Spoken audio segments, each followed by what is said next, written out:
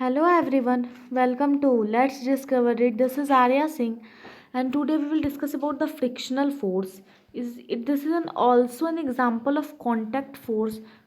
Okay, so recall some of your experience. आपको अपने कुछ एक्सपीरियंस को याद करना है. A ball rolling along the ground gradually slow down और finally come to rest.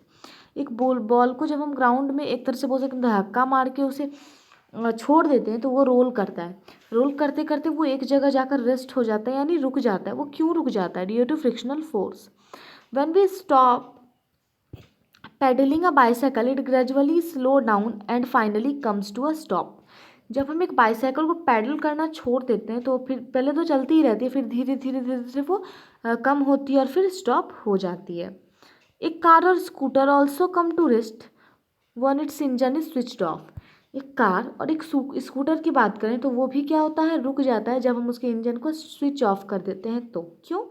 Similarly a boat comes to rest if we start rowing it.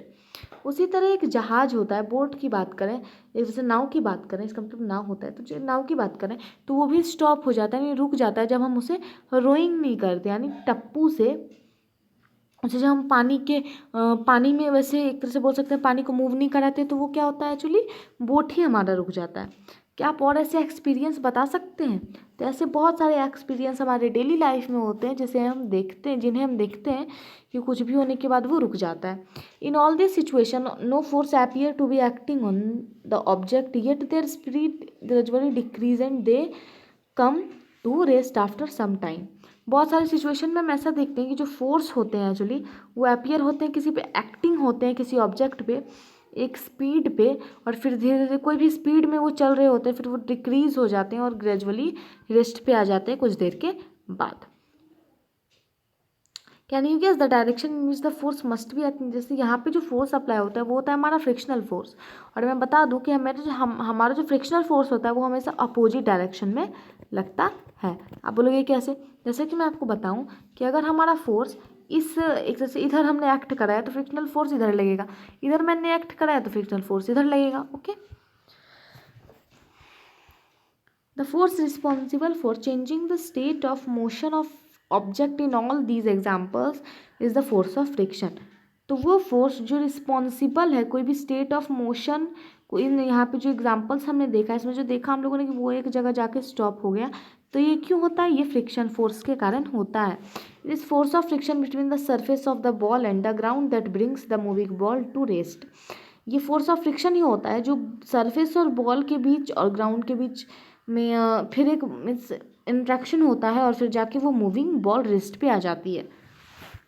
ऐसा ही boat के साथ भी होता है. The force of friction always act on the moving object and its direction is always opposite to the direction of motion. तो जो force of friction होती है ये हमेशा अपोजिट डायरेक्शन में लगती है और किसी मूविंग ऑब्जेक्ट पे लगती है. Since the force of friction arise due to contact between surface it is also an example of contact force. जो फोर्स ऑफ फ्रिक्शन है वो हमेशा तभी अराइज होती है जब कॉन्टैक्ट होता है दो सरफेस के बीच में, यानी आप सरफेस से कॉन्टैक्ट में रहोगे तभी फ्रिक्शन एक्ट करती है, जिसे हम चैप्टर 12 में अच्छे से पढ़ेंगे. You may be wondered whether it is essential to agent apply a force of an object we always in contact with it. Yes, and let us find out about. तो आप ये जानकर बोलोगे कि आप एक कांटेक्ट से तो होता ही है, अब नॉन कांटेक्ट से भी होते हैं. नॉन कांटेक्ट से कैसे होते हैं इसे हम अगले वीडियो में देखेंगे. अगर वीडियो पसंद आया हो तो लाइक करिए, शेयर करिए अपने फ्रेंड के साथ और चैनल को भी सब्सक्राइब करिए. From this side Arya Singh, thank you.